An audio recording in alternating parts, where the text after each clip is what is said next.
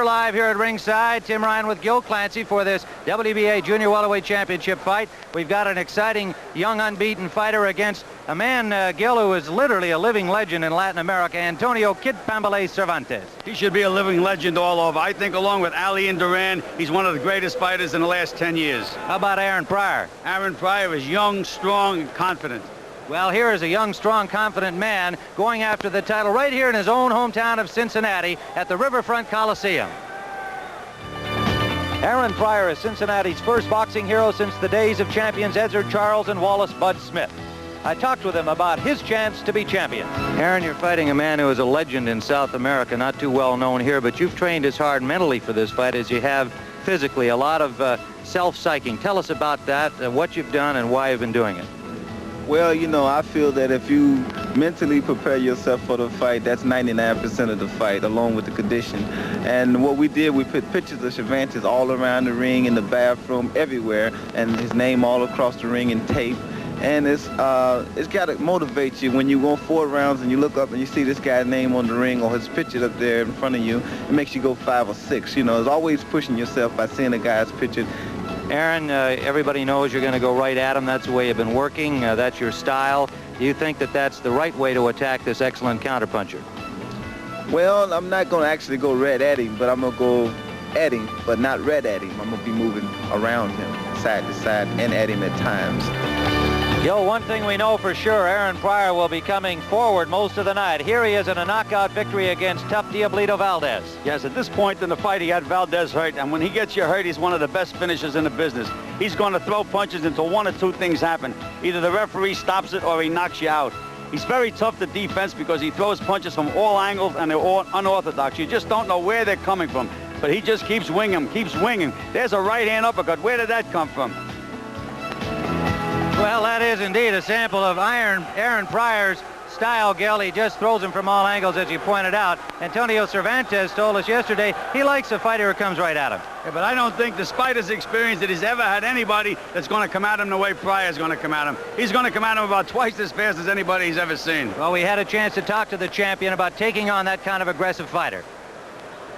Bueno, sí, yo he peleado con boxeadores mejor que Pryor. He likes those type of fighters because that's the type of fighter he really enjoys fighting against him, because then he can really hit him that way. Gil, Antonio Cervantes has to be one of the great counterpunchers in boxing today, and he's hard to hit as well. Tim, he's a great boxer. He's got a good stiff jab, good straight right hand, good left hook. But a lot of people thought he was over the hill, and young, strong Miguel Montilla would be just too much for him, could back him up and win the fight. In this fight in Madison Square Garden, he won a 15-round decision. And 1 year later, when he was older, he fought Montilla one more time, and this time he knocked him out. A 7th round knockout over Montilla. Age doesn't seem to worry Cervantes.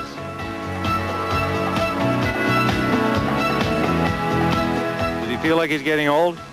Te pregunta si tú crees que tú estás poniendo viejo. Bueno, yo ahora que me siento más fuerte. Now he feels stronger than ever. Well, we've been told he's 34 or 35. A lot of people think he might be as old as 40, Gil, but he just keeps rolling along. Yes, he certainly does. You know, he's got that classic style, as we said, and he snaps every punch. Every punch means something. Pryor got a chance here today? Well, he has to get by that left jab and that crisp right hand and back Cervantes up. That's the key. If he can back Cervantes up, he can win the fight. Okay, well, we'll be back here in a few minutes' time on the Sports Spectacular.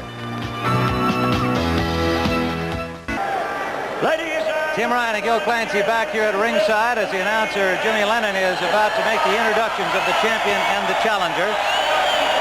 We mentioned the referee is Larry Rosadilla from Los Angeles. The judges are Ismael Fernandez from Puerto Rico and Fernando Viso from Venezuela. Broad match, ringside position. Ladies and gentlemen, the supervisor of the bouts from Caracas, Venezuela, Fernando Mandri Galindez of the WBA.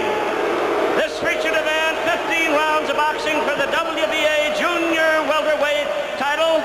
Remember, 2 judges and the referee will score the bout. The officials chosen by the WBA for the title bout, from Caracas, Venezuela, we have Fernando Viso. From Santurce in Puerto Rico, Ismael Fernandez. The referee from Los Angeles, Larry Rosadilla. Ladies and gentlemen, introducing the #1 contender vying for title honors this evening, the challenger hailing from Cincinnati, Ohio, weighing a trim and ready 138.5, black trunks and a white stripe, undefeated as a pro, 24-0, Aaron the Hawk Pryor.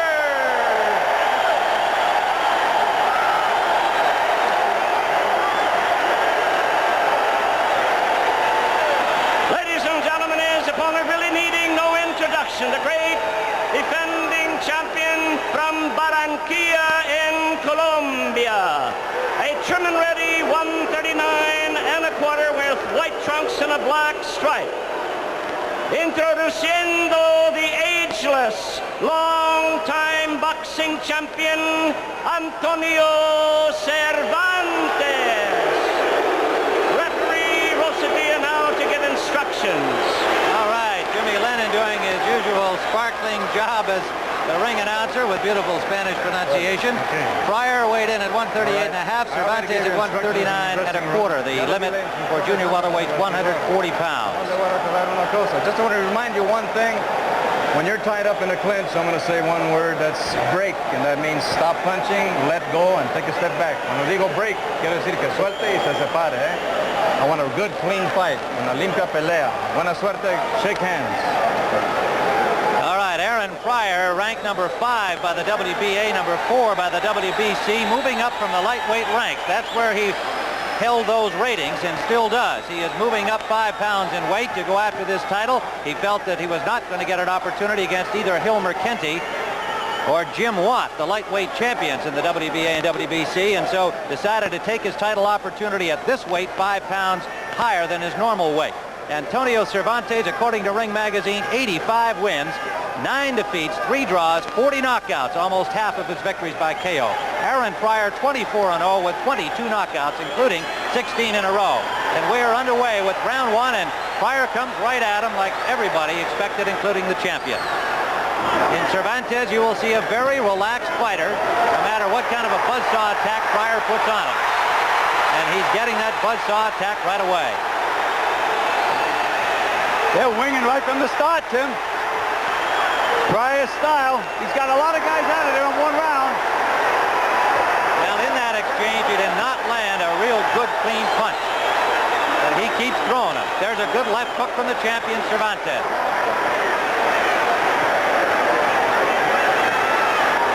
Right-hand lead from Pryor landed to the chin of Cervantes. And Gil, I guess the question would be, can young Pryor keep up a pace like this? I don't think anybody could keep up this kind of pace, and I noticed that Cervantes has been very cool with this opening hurricane attack. It hasn't fazed him a bit. Pryor is 25 years of age. Cervantes, well, nobody's really sure. He's listed at 34. He could be 40 years of age. He also says he's had more than 120 fights. Officially, this is his 98th professional bout.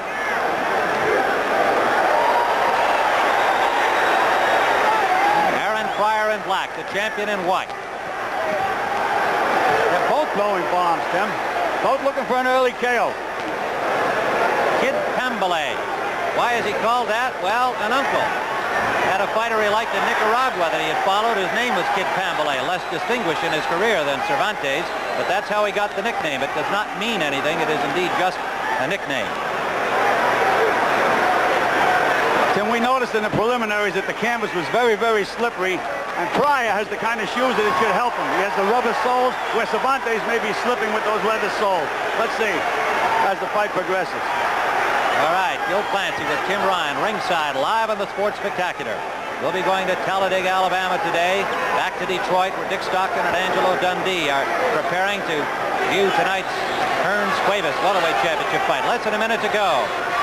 Round number 1. Okay, Frank, come back, please. Vamos a salir limpio. A busy Aaron Pryor doing what everyone expected thus far. Champion showing that he is hard to hit. He's taken a couple of licks, however.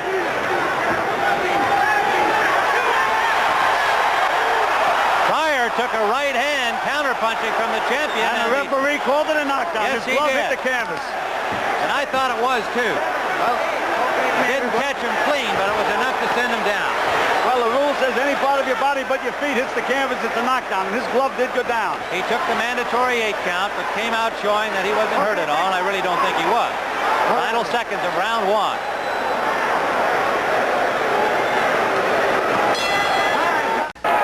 In Aaron Pryor's corner, the venerable Freddie Brown, working as the cut man today, wearing his familiar green sweater, the man who had a lot to do with Roberto Duran's success. Pryor is trained by Panama Lewis and Frank Sims. Freddie's not only working as a cut man, I saw him talking to Aaron between rounds, which means he's taking over the strategy as well. Well, he was getting strategy from 3 of them during that first break. Well, it'll be interesting to see how that develops. Well, they say that too many cooks spoil the broth. In this case, I counted 5 cooks in Aaron's corner. The champion is managed by Ramiro Machado, who is in his corner, and trained by Melquiades Sanz from Venezuela. This is round 2, scheduled for 15, 140-pound championship of the WBA. Aaron Pryor in black, Cervantes in white. He's just joined us. Cervantes sent Pryor to the canvas with a right hand to the chin that did not hurt him, but had enough force to send him down. See that upper body strength of Pryor? He just shrugged Cervantes off him that time. Cervantes about 5'9". They call him 5'11", but we've been checking him out pretty closely this week in training, and my guess would be that he's about 5'9". Pryor stands 5'6". Against the sharpshooter such as Cervantes, Pryor is coming in wide open. He just paid for it on that last exchange skill with a left hand from the champion. When he punches, he sticks his chin up in the air. That can be fatal any time in a fight. The legendary Kid Pambale has 40 knockouts and 85 professional victories. Pryor, the man who lost 2 close fights in the Olympic trials to Howard Davis a few years back, has a bunch of wins over the now champion Hilmer Pinty, and also beat Thomas Hearns, the man who fights tonight in Detroit for the championship against Pepino Cuevas for the welterweight division, WBA. Under a minute to go in round number 2.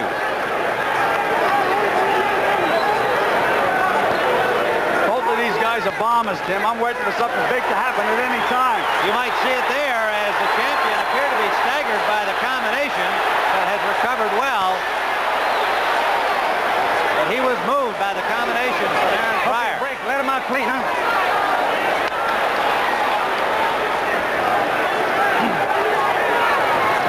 Tremendous pace in the early going. Under 30 seconds remaining, round 2.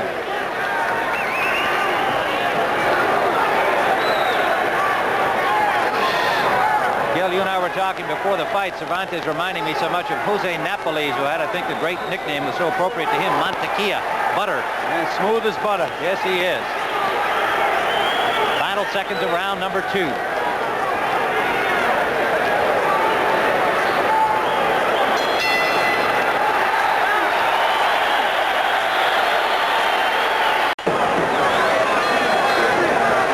Gil Clancy live from Cincinnati, Ohio, the Riverfront Coliseum. Round 3 scheduled for 15. Aaron Pryor, the challenger in black. The champion, Kid Pambale Cervantes in white.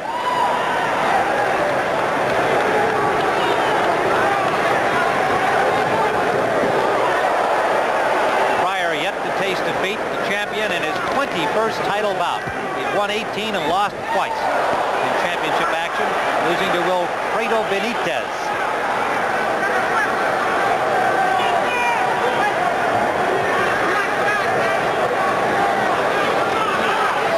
Looks very, very awkward when he's leading.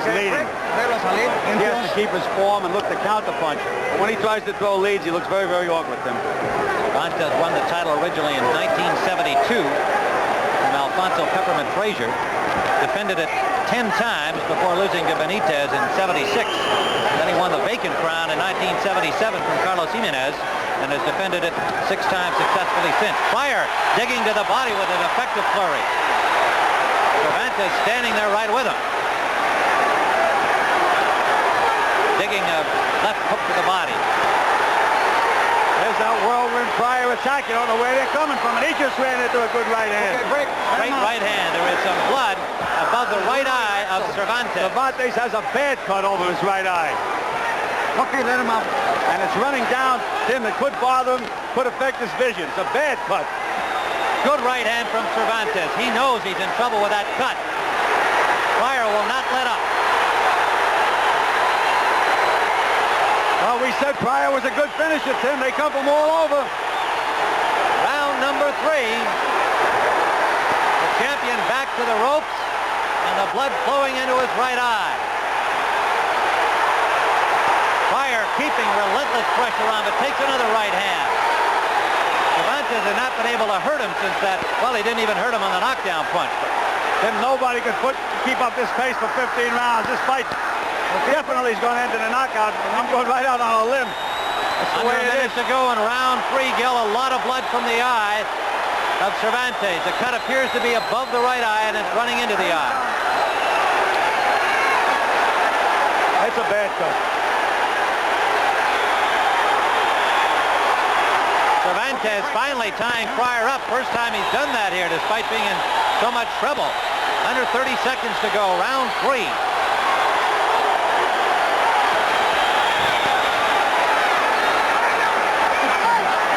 Pryor to the body and up top. Jabbing away at that cut. Final seconds of the 3rd round.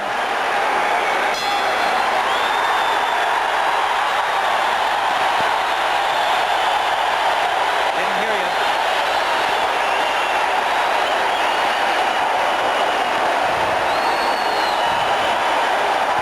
But Pryor on the attack. There's a right hand, and that punch opened the cut over the right eye. The upper corner of the right eyebrow, the champion Cervantes. And his handlers, Melquiades Sanz, worked feverishly on him between rounds, but it is bleeding again already. Tim, it's a bad cut, and the referee did not go over to check the cut, nor did he call the doctor. And I guess he feels this is a championship fight. You've got to give the champion every chance. The referee is Larry Rosadilla from Los Angeles.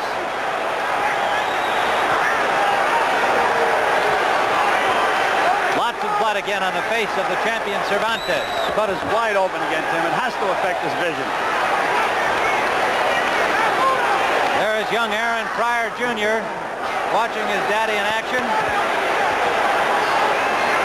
along with Mama.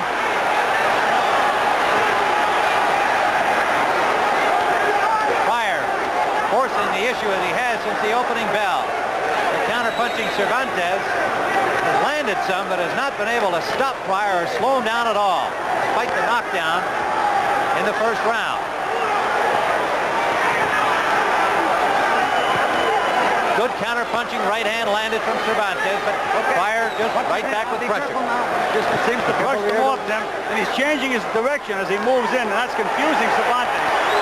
He's also jabbing pretty well for a guy that's considered a slugger. He's getting to that cut, and he landed a good combination. I told you, Pryor's a good finisher, Tim. He's got him down. Good finisher. A good punch.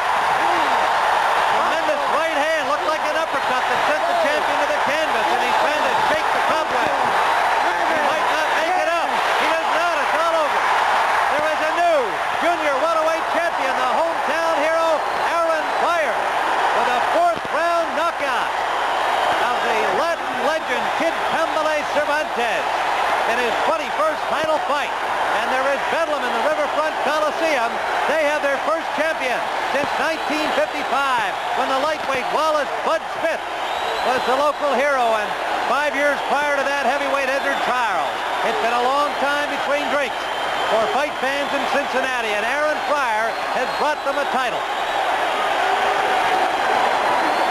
Well, he had himself tremendously psyched for this fight, and he was also able to come out and do the job physically.